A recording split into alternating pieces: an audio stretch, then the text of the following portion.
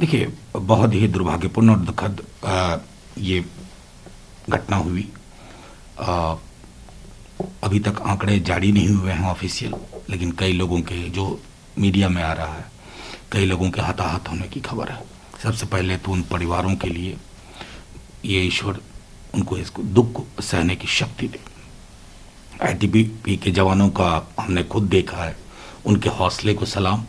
उन्होंने कई अवसरों पर इस तरह से वर्किंग अगेंस्ट टाइम और एक मिसाल पेश की है। एक सवाल आगे चल करके हम जरूर सोचें कि प्रकृति का कहाँ तक दोहन हो, और विकास के हमारे मॉडल को अगर हम रिविजिट कर पाएं तो मैं समझता हूं कि आने वाले दिनों में इस तरह की आपदा दोबारा ना हो, ऐसा होगा। सर, इस आपदा की घड़ी सबने कहा है कि हम उत्तराखंड के साथ हैं और जो भी हर संभव मदद होगी हम करेंगे। पूरा देश साथ है। जब आपदा होती है, इस मुल्क का तो मिजाज ही यही है। सुख में हो सकता है कि बार बार एक साथ ध्वनि ना हो, लेकिन दुख में पूरा देश एक साथ होता है। कोई हादसा हो जाए तो सब एक साथ होते हैं। आप देखिए, किसान आंदोलन में जो भी कि संयुक्त किसान मोर्चा पहला बयान उन्होंने जारी करके कहा कि जहां जरूरत होगी वहां मदद करेंगे। ये है इस मुल्क का मिजाज। आपदा में, दुख की घड़ी में सब साथ। सर, आपने बोलते हुए कहा कि ममता जी जब इंटरनेशनल स्तर पर भारत की छवि धूमिल करने की कोशिश करती है तो टीएमसी एक शब्द तक नहीं कहता। मैं तो कतई नहीं मानता ऐसा कब हुआ, क्या हुआ। हम तो बहुत सारी चीज़ों से परेशान हैं कि चाइना हमारे अंदर स्ट्रक्चर्स बना लेता है और हमारी हुकूमत, जवान नहीं, जवानों की प्रतिबद्धता पे कभी कोई सवाल नहीं हुआ, लेकिन हमारी हुकूमत चुप हो जाती है।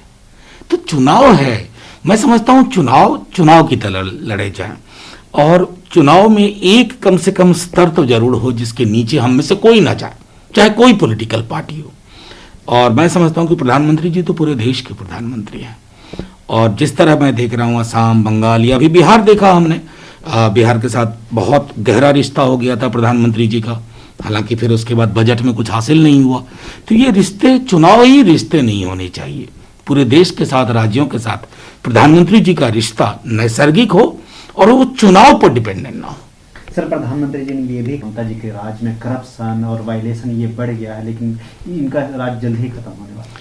अब वो तो जनता तय करती है ना कि किसका राज आएगा, किसका राज जाएगा।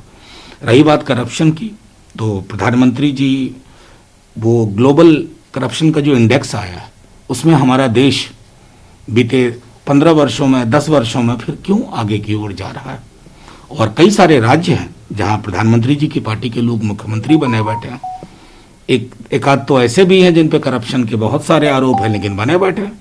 तो मैं समझता हूं कि राजनीति में आईना दिखाना और देखने दोनों की प्रवृत्ति होनी चाहिए।